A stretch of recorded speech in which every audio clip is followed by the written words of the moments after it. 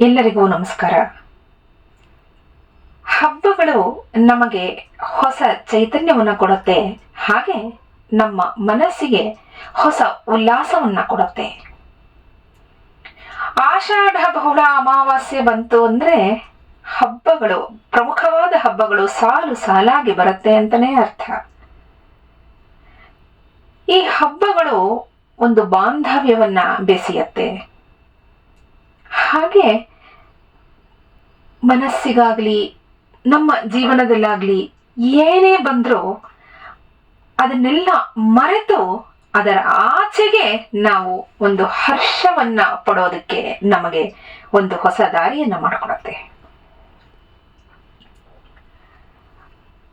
ಆಷಾಢ ಬಹುಳ ಅಮಾವಾಸ್ಯೆ, ಸಾಮಾನ್ಯವಾಗಿ ಅಮಾವಾಸ್ಯೆ ಅಂದ್ರೆ ಅಯ್ಯೋ ಅಮಾವಾಸ್ಯೆ ಬರುತ್ತಾ ಅನ್ನೋ ಕಳವಳ ಎಷ್ಟೊಂದು ಜನರ ಮನಸ್ಸಿನಲ್ಲಿ ಇರುತ್ತೆ. ಅದಾಗಬಾರ್ದು. ಅಮಾವಾಸ್ಯೆ ಬಂತು ಅಂದ್ರೆ ವೃದ್ಧಿ ಚಂದ್ರ, ಅದು ವೃದ್ಧಿ ಆಗತ್ತೆ, ಸಂತೋಷ ಆಗ್ಲಿ ಆರೋಗ್ಯ ಆಗ್ಲಿ ವೃದ್ಧಿ ಆಗತ್ತೆ ಅಂತ ನಾವು ಗುಣಾತ್ಮಕವಾಗಿ ಯೋಚನೆ ಮಾಡಬೇಕು.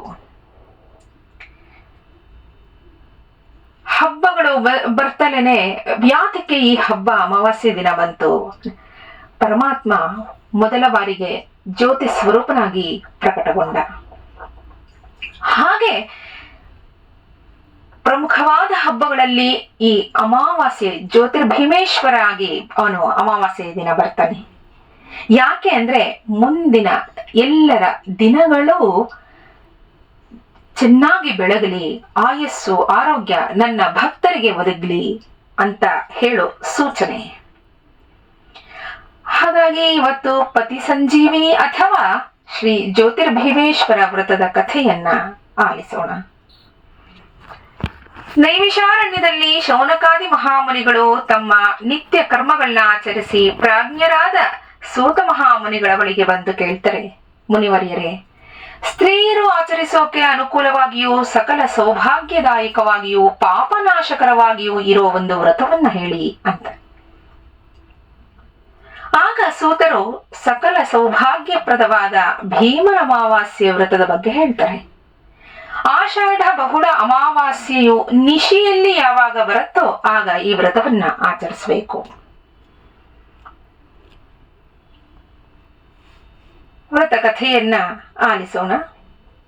ಸೌರಾಷ್ಟ್ರ ಅನ್ನೋ ದೇಶದಲ್ಲಿ ಪರಮ ಧರ್ಮಿಷ್ಠನೂ ಪ್ರಜಾಪಾಲಕನೂ ಆಗಿದ್ದಂಥ ವಜ್ರಬಾಹು ಅನ್ನೋ ರಾಜ ಇದ್ದ. ಅವನಿಗೆ ಸರ್ವಶಾಸ್ತ್ರ ಪಾರಂಗತನೂ ಸುಂದರಾಕಾರನೂ ಶತ್ರು ನಿಗ್ರಹದಲ್ಲಿ ನಿಸ್ಸೀಮನೂ ಆಗಿದ್ದ ವೈಶೇಷೇಖರ ಅನ್ನೋ ಮಗನಿದ್ದ. ಅವನು ಕೆಲವು ದಿನಗಳಲ್ಲೇ ಮೃತನಾಗ್ಬಿಟ್ಟ. ಮಗನ ವೈವಾಹಿಕ ಜೀವನವನ್ನು ನೋಡಬೇಕು ಅಂತ ಆಸೆ ಪಡ್ತಿದ್ದ ರಾಜದಂಪತಿಗಳಿಗೆ ಅವನ ಮೃತ್ಯು ಬಹಳ ದುಃಖವನ್ನ ಹೊಡ್ತು. ದೈವಲೀಲೆ ಏನೋ ಅನ್ನೋ ಹಾಗೆ ಅವರುಗಳು ತಮ್ಮ ಮಗನ ಕಳೇಬರಕ್ಕೆ ವಿವಾಹ ಮಾಡಿ ನೋಡ್ಬೇಕು ಅಂತ ಬಯಸಿದ್ರು. ಅದಕ್ಕೆ ಲಕ್ಷ ಧನವನ್ನ ತಗೊಂಡು ಮಗನ ಮೃತದೇಹಕ್ಕೆ ತಕ್ಕ ಸತ್ಕುಲ ಪ್ರಸೂತಳಾದ ಕನ್ಯೆಯನ್ನ ಹುಡುಕ್ತಾ ಹೊರಟರು. ಮೃತ ಕಳೇಬರಕ್ಕೆ ಯಾರ ಮಗಳನ್ನ ಕೊಡ್ತಾರೆ? ನಿಮ್ಮ ಮಗಳನ್ನ ಈ ಕಾರಣಕ್ಕೆ ಮದುವೆ ಮಾಡ್ಕೊಡಿ ಅಂತ ಕೇಳೋದು ತಪ್ಪೇ. ಆದ್ರೆ ಕೆಲವು ಪರಿಸ್ಥಿತಿಗಳಲ್ಲಿ ಮನಸ್ಥಿತಿ ಹಾಗಾಗತ್ತೋ ಏನೋ. ಇದಕ್ಕೆ ತಂದೆ ತಾಯಿಗಳ ಅತಿಯಾದ ಪ್ರೀತಿ ವಿವೇಚನೆ ಇಲ್ಲದೆ ಈ ರೀತಿ ಮಾಡ್ಸತ್ತೋ ಅಥವಾ ದೈವಲೀಲೆ ಅಂತ ಹೇಳ್ಬೇಕೋ ಗೊತ್ತಿಲ್ಲ. ಆದ್ರೆ ಮುಂದೆ ನಡೆಯೋ ಘಟನೆಗೆ ಅನುಸಾರವಾಗಿ ದೈವಲೀಲೆ ಅಂತಾನೆ ಹೇಳ್ಬೇಕಾಗತ್ತೆ. ಆ ವರನ ತಂದೆ ತಾಯಿಗಳು ಎಲ್ಲಾ ಕಡೆಯೋ ಸುತ್ತಾಡಿದ್ರು. ತಮ್ಮ ಪಟ್ಟಣದಲ್ಲಿ ರಾಜಶಾಸನವನ್ನೂ ಬೀದಿ ಬೀದಿಗಳಲ್ಲಿ ಸಾರಿದ್ರು.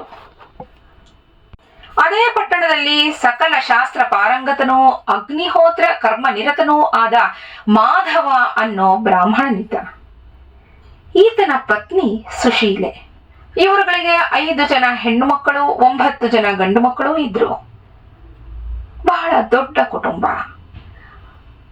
ಅವರು ಬಹಳ ಬಡತನದಿಂದ ಬಳಲ್ತಿದ್ರು. ರಾಜನ ಸೇವಕರು ರಾಜಶಾಸನವನ್ನ ಹೇಳ್ಕೊಂಡು ಹೋಗ್ತಿದ್ದನ್ನ ಮಾಧವ ಕೇಳಿಸ್ಕೊತಾನೆ. ದರಿದ್ರ ಬಾಧೆಗೆ ಒಳಗಾಗಿದ್ದ ಅವನು ಧನಾಕಾಂಕ್ಷೆಯಿಂದ ಆ ಮೃತ ವರನಿಗೆ ತನ್ನ ಮಗಳನ್ನ ಕೊಡೋಕೆ ನಿಶ್ಚಯಿಸಿದ. 5 ಜನ ಇದ್ರು, ಯಾರೋ ಒಬ್ಬಳನ್ನ ಕೊಡೋದು ಅಂತ ನಿಶ್ಚಯ ಮಾಡಿಬಿಡ್ತಾನೆ.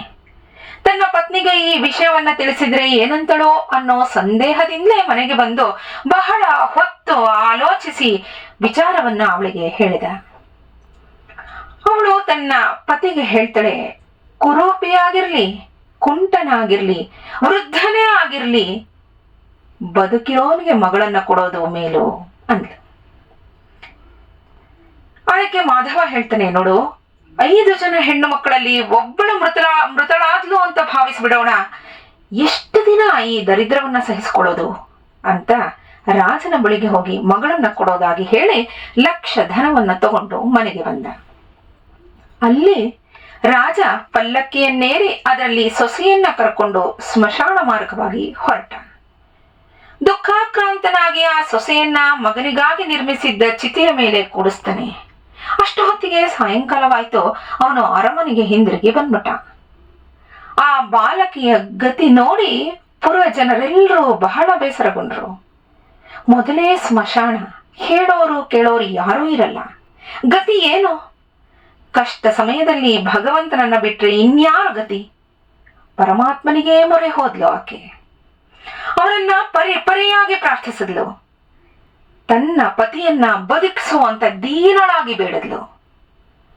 ಅವಳ ಆರ್ತನಾದವನ್ನ ಕೇಳಿ ಅವಳ ರೋದನವನ್ನ ಸಹಿಸಲಾರದೆ ಪಾರ್ವತೀ ಸಮೇತನಾಗಿ ಶಂಭು ತಕ್ಷಣ ಪ್ರತ್ಯಕ್ಷನಾದ. ಆ ಕನ್ಯೆ ಗೌರೀಹರರಿಗೆ ನಮಸ್ಕರಿಸಿದ್ಲು. ಹಾಗೆ ತನ್ನ ಪ್ರಾರ್ಥನೆಯಂತೆ ತನ್ನ ಪತಿ ಸಜೀವನಾಗಬೇಕು ಅಂತ ಬೇಡದ್ಲು. ಅದಕ್ಕೆ ಈಶ್ವರ ಸ್ತ್ರೀಯರಿಗೆ ಸಕಲ ಪಾಪಗಳನ್ನೂ ಹೋಗಲಾಡಿಸಿ ಸೌಮಂಗಲ್ಯವನ್ನು ಕೊಡೋ ಪೌತ್ರಪ್ರದವಾದ ವ್ರತವೊಂದನ್ನ ಉಪದೇಶ ಮಾಡಿದ ಆಕೆಗೆ. ಆ ವ್ರತವೇ ಪತಿ ಸಂಜೀವಿನಿ ವ್ರತ. ಈ ವ್ರತವನ್ನ ಆಷಾಢ ಮಾಸದ ಕೃಷ್ಣ ಪಕ್ಷದ ಅಮಾವಾಸ್ಯೆಯ ದಿನ ಆಚರಿಸಬೇಕು. ಆ ದಿನ ಪ್ರಾತಃ ಕಾಲದಲ್ಲೇ ಎದ್ದು ಸ್ತ್ರೀಯರು ಮಂಗಳ ಸ್ನಾನವನ್ನ ಪೂರೈಸಿ ಪೂಜಾ ಸ್ಥಳವನ್ನ ಶುದ್ಧಗೊಳಿಸಿ ಅಲ್ಲಿ ಒಂದು ಸರ್ವತೋಭದ್ರವಾದ ಮಂಟಪವನ್ನ ನಿರ್ಮಿಸಿ ಅದರಲ್ಲಿ ಧಾನ್ಯ ರಾಶಿಯನ್ನ ಹಾಕಿ ಅದರ ಮೇಲೆ 2 ಮಣ್ಣು ಬೊಂಬೆಗಳನ್ನ ಮತ್ತೆ ಜ್ಯೋತಿಸ್ತಂಭ ಅನ್ನೋ ವಿಧಾನದಿಂದ ದೀಪವೊಂದನ್ನ ಇಟ್ಟು ಜ್ಯೋತಿರ್ನಾಮಕವಾದ ನನ್ನನ್ನ ಆರಾಧಿಸಿ ರಾತ್ರಿ ನನ್ನ ಸಮೀಪದಲ್ಲೇ ಮಲಗಬೇಕು. ಗೋಧೂಮ ಪಿಷ್ಟ ಅಂದ್ರೆ ಗೋಧಿ ಹಿಟ್ಟಿನಿಂದ ಮಾಡಿದ ಭಕ್ಷ್ಯವನ್ನ ನೈವೇದ್ಯ ಮಾಡಿ ದಾನ ಮಾಡಬೇಕು.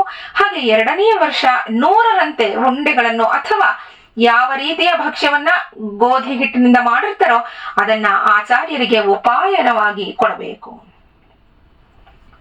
ಈ ರೀತಿ 5 ವರ್ಷಗಳು ವ್ರತವನ್ನಾಚರಿಸಿ ಆದಿಯಲ್ಲಾಗಲಿ ಮಧ್ಯದಲ್ಲಾಗಲಿ ಅಂತ್ಯದಲ್ಲಾಗಲಿ ಉದ್ಯಾಪನೆಯನ್ನ ಮಾಡಿದ್ರೆ ಸಕಲ ಇಷ್ಟಾರ್ಥಗಳೂ ಸಿದ್ಧಿಸತ್ವೆ.